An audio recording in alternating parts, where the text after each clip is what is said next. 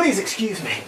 I was just making sure my door was sealed shut, barricaded, so that no old ladies or children come wandering in while I'm trying to talk about my big boy cartoons. So, Love, Death and Robots is the latest treat from Netflix.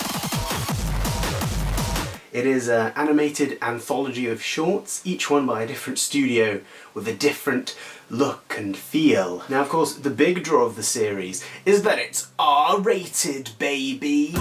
This ain't your grandma's cartoon. You know, this isn't Space Jam. I wish it was Space Jam. That means it's no holds barred, nothing is off the table. We've got gore, F-bombs, boobs, maybe some adult political or psychological theme, but mainly gore and explosions and boobs. So today I'm going to just run through each episode and give my thoughts on it, some off-the-cuff, informal thoughts, and I'm gonna refer to my phone because I can't remember what the episodes are. Spoiler warning for the show. Oh, also content warning for this video and by extension the show. Yeah. So we're pretty yikes right off the bat with a story prominently about, but also only half-heartedly about, gang rape, I guess, and how that turns one woman into a literal monster. We also get some pretty uncomfortable monster fighting, which has very phallic, rapey images in it, where the male monster is repeatedly stabbing the female monster with an arm sword that's supposed to represent a boner, I guess. I don't like it. It's of course not instantly a bad thing to go into uncomfortable topics and explore them and tell stories about them, especially to tell stories about the survivors of sexual abuse and stuff, but it's handled so poorly here, and almost doesn't really amount to anything, that the story feels like it has no value. It goes into all these things and it just feels like it's for shock value rather than to say anything or to mean anything. We also get hints of a lesbian sex scene that actually turns out to be a trick and a segue into the two women killing each other and tearing each other apart. So that's great rep. This one feels as if they were trying to make something empowering, but it was made by dudes, so it's just sort of them stumbling around in the dark, and we end up with something very awkward and uncomfortable. 3 Robots. It's fine. It's just a comedy. It kind of feels like a Nickelodeon thing, you know, except they can swear and step on skulls and there can be corpses. Ooh. Oh yeah, also my Netflix crashed while watching this show, so it kept trying to play me 3 Robots. At the end of every episode, it was saying, here's your next episode, 3 Robots again. It was trying to stop me from watching anymore, it was trying to save me. I should have listened. The Witness. Probably my favourite for animation, and for no other reason. Seriously, for no other reason. This one seemingly mainly exists to be a chase through the city featuring a naked woman. I sometimes wonder if one of the appeals of animation is you can do things without having to ask an actor to do them. You know, in the real world, maybe an actress would say, I don't really want to run through the city naked, but in animation, you don't have to have that human interaction. You don't have to face people's judgment. You just draw it. The whole short is pretty gross and voyeuristic by design and features plenty of naked lady and 0 naked man. I would have respected it a lot more if we'd seen the complete switch, you know, when their roles are reversed and the dude had ended up naked as well, and it had just been 2 naked people chasing each other through the city. It's got this beautiful animation to it that I think may include rotoscoping. It sort of blurs the line between real and animation in this swirling sea, and it's very beautiful to watch. I really like animation that blurs the line like that between the real and the unreal, and it was very surreal. I don't really know what the point was either, was it a kind of the witness is complicit in the crime thing, where, you know, if you see a crime and do nothing, you are just as culpable as the perpetrator. Now that doesn't work, because she tries to call the police and get it sorted out. Perhaps it's just a two sides thing, you know? Men can be killers, women can be killers, either gender can chase the other gender and kill them. That's lame. I don't know, I'm probably thinking about it more than they did. Suits! We got campy farmer fun. Nothing to write home about, just sort of 80s alien action, but with farmers. Yarr. That's a pirate. Sorry. This short starts to hint at saying something interesting when we pull out to see that the farm is sort of a infestation on a planet, and the aliens that have been attacking them are the indigenous life forms, you know, trying to repel these invaders. And as we pull out more, we see there are more farms, you know, clinging to this planet like parasites, you know, feeding from its resources and land, and these aliens just trying to repel them and get them off. And our understanding of the situation has been informed by bias. You know, we've seen these farmers as the heroes when in fact they may not be. And then the short is over. With this one, as with a few others actually, the interesting scene for me is the one right after the short ends. Like, that's what I'm interested in seeing. Sucker of souls. More like sucker of shows. Because the show sucks. This one's fun. The R rating is used in a kind of gory, delirious way where it comes around to being, you know, just ridiculous and quite fun. I was a bit disappointed because the premise suggests the cats are going to be much more important than they are. There's sort of one line about how the vampires don't like cats, and then they're just sidelined and it's the guys shooting them and blowing them up. I wanted it weirder, man. I wanted them to build a cat slingshot, a cat cannon, be firing cats at the vampires. Better yet, set it from the cats' perspectives. Have some of the cats down in the tunnels watching the archaeologists work. The vampires come out, they kill all the archaeologists, the cats know they're coming for them next. Maybe not necessarily even give the cats dialogue, maybe not, you know, give them human features. Make them be cats. But we learn who these are, you know, we've got different breeds, different colours, and we know who they are and what they're about. They each have their unique personalities and they've got to fight these vampires. One of the cats is your standard grumpy 80s grizzled action movie with a scar. Yes, please. When the Yogurt Took Over, definitely one of the better ones. Also the shortest one. Coincidence? This one really feels like it's embracing the anthology format and lampooning it a little bit. It feels very Twilight Zone, or maybe even a little Goosebumps. It just spins this, you know, larger-than-life yarn that affects the whole world, but is fundamentally built from, you know, something we think is stupid and scoff at. Even though it's the most comedic, this actually feels the most relevant to our world. Who elected that? How can that be in charge? That's actually really sad and a little perturbing that that's the most relevant to our times. Oh, beyond the Aquila Rift. Interestingly, this one is actually set in the distant future of the Polar Express universe. You know, now we get to see what happened millions of years after the events of the Polar Express. Aquila Rift is notable for having an extremely cliché and boring twist, and also a really funny sex scene. The sex scene sort of feels like a late addition to the story. It's very unnecessary. It feels as if they made the short and then someone looked at it and was like, this isn't R-rated enough, it isn't sexy enough. The sex scene is also underscored by this edgy rock song that's like a off-brand In the Shadows by Rasmus. In the shadows, what's real, what is not in the shadows. It's so good and out of place and doesn't fit tonally, and it comes back in the end. There's also an exposition dump right after the sex scene given by the woman, and she's standing in front of this map explaining stuff and she's just still topless.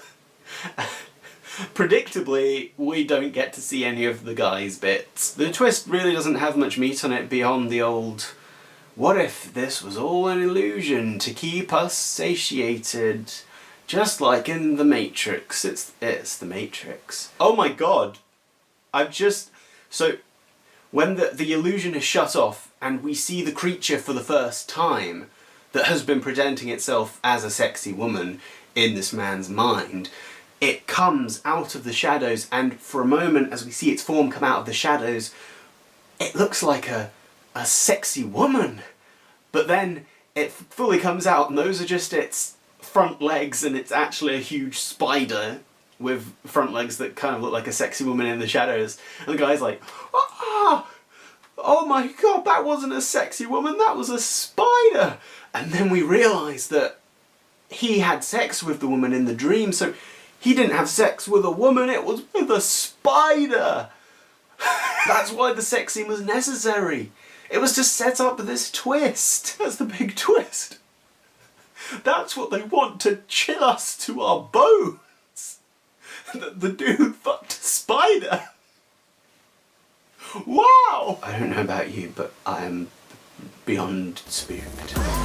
Good hunting! Oh, I like this one. While this one does again have nudity, this is one of the few episodes to balance it out, because ladies and gentlemen, we have dick. Yeah, this is also the only one that I feel really uses the nudity to call it out. I love the way the Fox ladies are like, dude, we didn't seduce you. You became obsessed with us, like stalked us around, negging us, and then claimed we've bewitched you and came and chopped our heads off. That was great. This one being more rooted in Chinese culture also really helped it stand out, and I loved the pigman rendering of the British colonists. Yeah, you heard me. While there is a similar thing in this one going on as to Sunny's Edge, where you've got a woman transformed by horrible sex acts, I think it's better handled here. I love how the two leads are able to sort of seize the trauma that has happened to them and the progress that is trying to swallow them up and harness it, even using it to reclaim some of their culture that has been lost. You know, they seize the technology and they use it to help her reclaim the lost fox part of herself. Also, it straight up ends with her becoming a robot fox vigilante in this alternate China who just goes around killing British rapists. And that is magnificent. I want a full series of this one. The Dump, it exists. One of the worst ones, to be honest. It's just boring and gross, which is the worst combination. Oh, we do see another dick in this one, but I'm beginning to realise that this show will only show us the dicks of perverts, and it will only be for comedic effect. So we'll be like, his dick is out. I feel like I don't have the knowledge to fully go into the way this show does nudity, but it feels in my bones very wrong, very messed up and gross. So Shapeshifters is actually the very exciting opening cutscene to the new Call of Duty game, Call of Duty Werewolves, where you play as marine werewolves and get to kill Taliban werewolves. This is pretty much just your full-blooded marine movie. You've got your fallen brother, your squabbles in the mess hall, you've got that stock terrorist music. You know, if you've seen any show or movie that features terrorists, you know this very racist terrorist music that is always used. It mainly feels like a missed opportunity. I wanted werewolves in the military to be way weirder than this. Another missed opportunity is there's plenty of male nudity in this as the werewolves strip off to go werewolf, but it's all carefully shot around the dick. Cowards. Where's the dick, Netflix? We want the dick. Petition for Netflix to show us the dick. Helping Hand, it's like Gravity, but more extreme. I liked that there was a glimmer of corporate critique in this, in a sort of allegory for factory workers who lose their limbs in accidents. It was also pretty cool to see the ingenuity of the person trying to survive and how they got out of that situation. Fish night. I love ghost fish haunting a desert. That's a great idea, and it's got really good execution in these phosphorescent fishies swimming through the desert. It's very nice. I like how the story of the two humans complemented the ghost story. The salesmen themselves are relics of a bygone time, drifting through the desert like the fish that drift through them.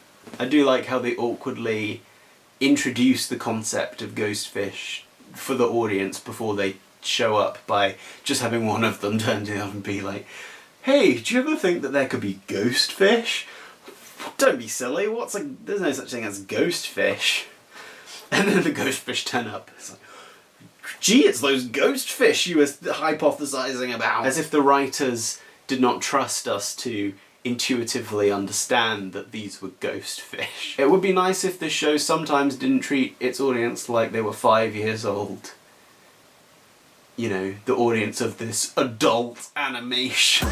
Lucky 13! Oh, this was a sweet gal and her spaceship story. The director was pretty on point and did a good job of establishing the relationship between her and her ship without ever feeling the need to give the ship sentience.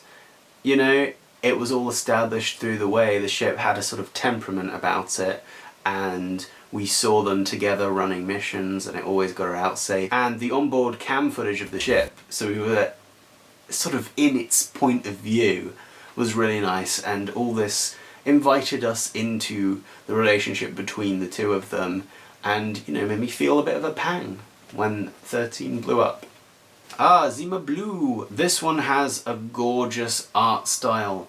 It's sort of Art Deco, it's very stylish and swish, but also moves in a very elegant and lovely way. Its art style also completely meshes with its world and the story it's trying to tell, and I really love when that happens. You know, it feels like they thought about the relationship between the visuals and the story, because it's an art story about the art world, so, you know, a kind of high-class art style.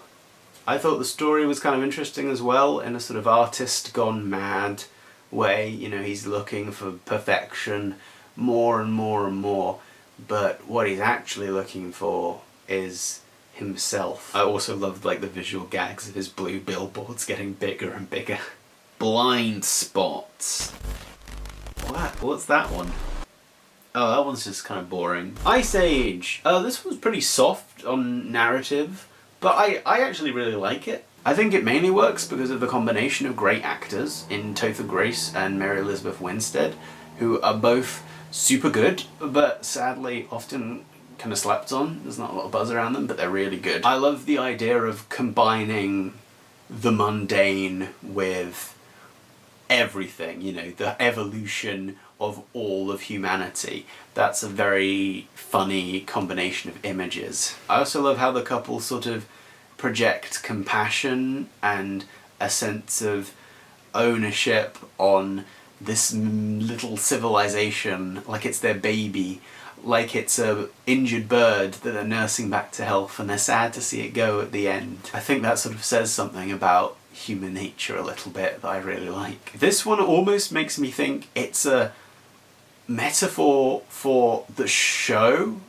as a whole, and if you go with that idea and then look at this episode, it then makes me think that this whole show was like a big joke. It was a big troll by the writers just to wind us up. Because you've got these mundane humans that are in live action, like us, the audience, and they are voyeuristically watching this thing unfold, and they're trying to empathize with it. They're making these connections with it as if it's, you know, a baby or a bird, and they're sort of attributing compassion onto it and feeling a sense of ownership towards it, which is not returned. We see them looking into the little civilization in their freezer, and Topher Grace asks, "Do you think we're their gods?" Much like we, watching the show, are thinking, do you think this show was made for me? And then we cut into the world, into the freezer, into the show, and it looks back at him and says, "Who's this asshole?" And that's what the show is doing. Every episode, every moment, gazing back at us, gazing back at me, desperately trying to connect with it, trying to find something in it, and it's just going, "Who's this asshole?" Alternate histories. I kind of thought this one was going to be a take on fake history and terrible YouTube videos, you know, a PragerU deal, but what it turns out to be is just sort of early YouTube absurdist humour with Hitler. So yeah, exactly like early YouTube absurdist humour. I like to see Hitler die as much as the next person, but it just gets stale after death number 1 and doesn't really escalate or go anywhere. Just keeps going. The Secret War is the most boring of them all. What a finale! Kind of sad to me how many of these end up feeling like the cutscene before I'm gonna play a shooty video game. And that's just really sad, man. Look, so I love animation, and the prospect of adult animation is very exciting. The idea that we can use the medium to tackle darker themes not suitable for kids, psychological, political, etc. It's a whole world. But the show just isn't interested in that. The show feels mainly interested in titillating people through gore and nudity and violence, and that stuff's gonna more commonly interest, you know, an edgy teenage boy. I wouldn't even class this as adult animation because they are certainly not trying to cater to adults. Also, the strengths of an anthology as a concept are really ignored because every short has the same kind of voice to it. You know, it has the same views on race, politics, gender. It all feels so Western as well. Apart from Good Hunting, we never get any other cultures in the spotlight. Because of these flaws, the show gets stale and it gets boring real fast. It tries to keep us excited by flashing these images beamed from the brain of a teenage boy, like jangling keys in front of a cat. Okay, so I mainly watch this to see the animation, which does hold up in a lot of places, so for animation fans, I will recommend the ones that I thought had really standout great animation. You may have to buckle in for the stories, though. So just for the merit of animation, The Witness, Sucker of Souls, Good Hunting, Azema Blue.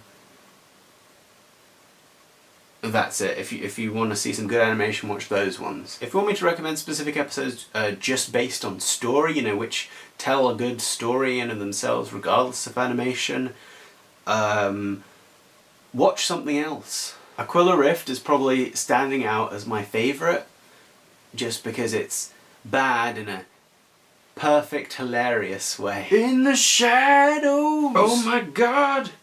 This burger I was hugging the whole time, it was a spider in the shadows! Ah! I'm glad I did that.